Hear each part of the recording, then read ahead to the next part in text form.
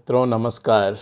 मित्रों, गीता ज्ञान की इस यात्रा में बने हुए सभी सहयात्रियों का गीता ज्ञान अंक 20 में मैं अनादि दुबे वंदन करता हूँ, अभिनंदन करता हूँ।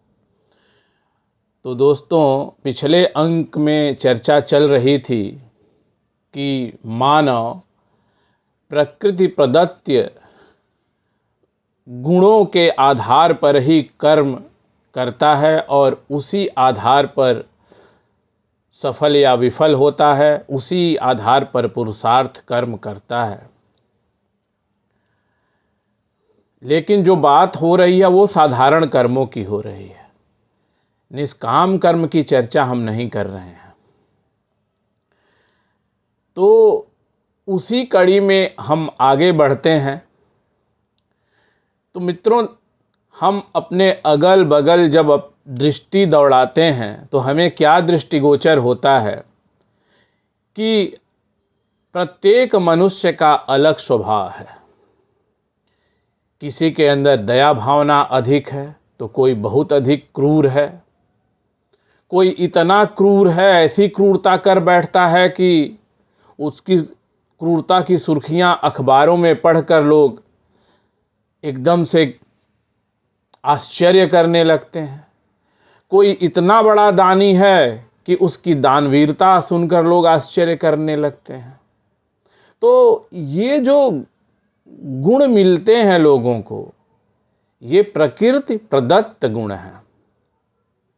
तो अध्याय 3 के 33वें श्लोक में भगवान कहते हैं, सदृशं चेष्टते स्वस्या प्रकृतेर्ज्ञानवानपि प्रकृतिं यान्ति भूतानि निग्रहः किं करिष्यति। अर्थात सभी प्राणी प्रकृति को प्राप्त होते हैं, अर्थात अपने स्वभाव के परवश हुए कर्म करते हैं। ज्ञानवान भी अपनी प्रकृति के अनुसार चेष्टा करता है, फिर इसमें किसी का हठ क्या करेगा। तो तात्पर्य यह है कि भगवान कहते हैं कि मनुष्य प्रकृति द्वारा प्रदत्त गुणों के आधार पर ही अपने साधारण कर्मों को करता है। उसी प्रकृति प्रदत्त गुणों के आधार पर ही उसके व्यक्तित्व का विकास होता है। तो प्रत्येक जन प्रकृति प्रदत्त गुणों से परवश हुए कर्म करते हैं। अब इसमें अगर कोई कितना भी ज्ञानी है और वो ये चाहे कि मैं अपने स्वभाव के विरुद्ध जाकर कोई कर्म कर सकता हूँ, तो ये उसका हठ ही कहा जाएगा। तो यहाँ पर भगवान अर्जुन को यह समझा रहे हैं कि जो तुम्हारा स्वभाव है वह एक क्षत्रिय का स्वभाव है। यहाँ जो परिस्थिति उत्पन्न हुई है तो तुम अपने प्रकृति प्रदत्त गुणों का प्रयोग करके युद्ध करो, क्योंकि तुम्हें युद्ध कला ही आती है। क्योंकि जो तुम यह जबरन हठ कर रहे हो और कह रहे हो कि मैं युद्ध नहीं करूंगा, तो प्रकृति तुम्हें युद्ध में लगा ही देगी। इससे आगे भगवान कहते हैं, इंद्रियस्येन्द्रियस्यार्थे रागद्वेषौ व्यवस्थितौ तयोर्नावसमागच्छेत्तौ ह्यास्य परिपन्थिनौ। अर्थात इंद्रिय इंद्रिय के अर्थ में, अर्थात प्रत्येक इंद्रिय के विषय में राग और द्वेष छिपे हुए स्थित हैं। मनुष्य को उन दोनों के वश में नहीं होना चाहिए, क्योंकि वे दोनों ही इसके कल्याण मार्ग में विघ्न करने वाले महान शत्रु हैं। तो मित्रों, भगवान यहाँ पर यह बता रहे हैं कि विषयों में राग और द्वेष दोनों छिपे हुए हैं। उदाहरण के लिए, अगर हमें कोई सुखद समाचार मिलता है तो हम खुश हो जाते हैं, कोई दुखद समाचार मिलता है तो हम दुखी हो जाते हैं। है वो समाचार ही, उसकी प्रकृति वही है, संदेश पहुंचाना, लेकिन वही हमें कभी सुखी कर दे रहा है, कभी दुखी कर दे रहा है।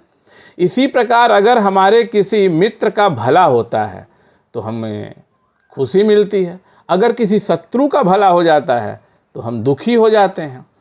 तो कहने का तात्पर्य यह है कि प्रत्येक विषय के दो पहलू हैं, राग और द्वेष। लेकिन हमें यहाँ पर क्या उपयोग करना है? हमें यहाँ पर अपने विवेक का प्रयोग करते हुए अपने आप को उन राग और दोषों से मुक्त रखने की चेष्टा करनी है। अब मान लीजिए कि सुबह उठना स्वास्थ्य के लिए लाभदायक है, परंतु हमारी जो इंद्रियां हैं और जो विषयों से संयोग करती हैं तो हमें वो आलस्य में रखना चाहती हैं और हम चाह कर भी उठ नहीं पाते हैं। तो यहाँ पर हमें अपने विवेक का प्रयोग करके यह समझना चाहिए, समझने की कोशिश करनी चाहिए कि हमारे लिए क्या उचित है और क्या अनुचित है। अगर हमारे लिए सुबह का उठना, भोर का उठना हमारे स्वास्थ्य के लिए उचित है तो हमें उसका पालन करना चाहिए। तो यही बात भगवान अर्जुन को समझा रहे हैं कि तुम भले ही इंद्रियों के वश में होकर अभी यह निर्णय लेना चाहते हो कि तुम युद्ध से हट जाओ, परंतु अगर तुम विवेक का प्रयोग करोगे तब तुम यह जानोगे कि तुम्हारे लिए इन परिस्थितियों में युद्ध करना ही श्रेष्ठ विकल्प है। तो ये बात भगवान अर्जुन को समझा रहे हैं। फिर उसके बाद भगवान ये कहते हैं कि राग और द्वेष ये दोनों ही कल्याण के मार्ग में विघ्न उत्पन्न करने वाले हैं। तो हमें राग और द्वेष दोनों से, अनुराग और ईर्ष्या दोनों को अपने नज़दीक बहुत ज़्यादा फटकने नहीं देना चाहिए। हमें टू मच इमोशनल भी नहीं हो जाना है और टू मच क्रोधी भी नहीं हो जाना है कि किसी को देखते ही एकदम भड़क जाए, गुस्सा जो है हमारा एकदम से चरम सीमा पे पहुंच जाए और कुछ अर्थ का अनर्थ कर बैठे। तो अगर अपने इन दो इमोशंस पे हम कंट्रोल कर लेते हैं तो हमारे कल्याण का रास्ता खुल जाता है। इसके उपरांत भगवान कहते हैं, श्रेयान् स्वधर्मो विगुणः परधर्मात् स्वनुतिष्ठतात्, स्वधर्मे निधनं श्रेयः परधर्मो भयावहः। अच्छी प्रकार आचरण में लाए हुए दूसरे के धर्म से गुण रहित भी अपना धर्म अति उत्तम है। अपने धर्म में तो मरना भी कल्याणकारक है और दूसरे का धर्म भय को देने वाला है। तो मित्रों, यहाँ पे हमें धर्म से कंफ्यूज नहीं होना चाहिए। मजहब नहीं है ये, हिंदुइज़्म, सिखिज़्म, इस्लाम नहीं भगवान बता रहे हैं। स्वधर्म का मतलब होता है कि जो काम हम कर रहे हैं, उस ज़माने में वर्ण व्यवस्था के हिसाब से काम किए जाते थे, तो आज के युग में हमें ये देखना है कि हम कौन सा कर्म कर रहे हैं। हम शिक्षक हैं कि डॉक्टर हैं कि व्यापारी हैं कि राजनेता हैं कि एडमिनिस्ट्रेटर हैं, हम क्या काम कर रहे हैं। तो हमें उन्हीं कर्मों को अपना धर्म मानना है। जो काम हम करते हैं वही हमारा धर्म है और उस कार्य को करते हुए जो संघर्ष हम करते हैं वही हमारा एक युद्ध है और जो वो क्षेत्र हमें मिला हुआ है वही हमारा कुरुक्षेत्र है। तो भगवान कहते हैं कि जो अपना धर्म है, जो स्वधर्म है, अब इसका मतलब ये है कि अगर कोई एक डॉक्टर है तो डॉक्टर का काम क्या है? रोगी को ठीक करना है। तो डॉक्टर को अपना पुण्य उसी फील्ड में ढूंढना चाहिए। ये नहीं कि आप डॉक्टर का काम कर रहे हो और सबको लूट रहे हो और आप पुण्य लेने के लिए जाके चारों धाम कर रहे हो और ये कर रहे हो, या पंडितों की तरह से बैठ के 2-2 घंटा पूजा कर रहे हो। आप सोच रहे हो कि वहाँ का जो हम गलत तरीके से मरीजों को फंसा के लूट रहे हैं तो हम इधर से उसको कंपेंसेट कर देंगे या उसको न्यूट्रल कर देंगे। तो भगवान ऐसा नहीं समझते। भगवान का ये कहना है कि जो आपका स्वधर्म है, आप उन्हीं में पुण्यों को भी ढूंढिए। अगर आप डॉक्टर का एक पेशा कर रहे हैं तो आप रोगी की निस्वार्थ सेवा करके ही तमाम पुण्यों को अर्जित कर सकते हैं, अपने कल्याण का मार्ग खोज सकते हैं। तो भगवान अर्जुन को, जो कि युद्ध भूमि में खड़े हैं और दुविधा में पड़े हुए हैं, तो उनसे यह कह रहे हैं कि तुम अपने ही धर्म में, तुम्हारा जो क्षत्रिय धर्म है, जो तुम योद्धा का जो तुम्हारा धर्म है, तुम उसमें ही कल्याण का मार्ग ढूंढो।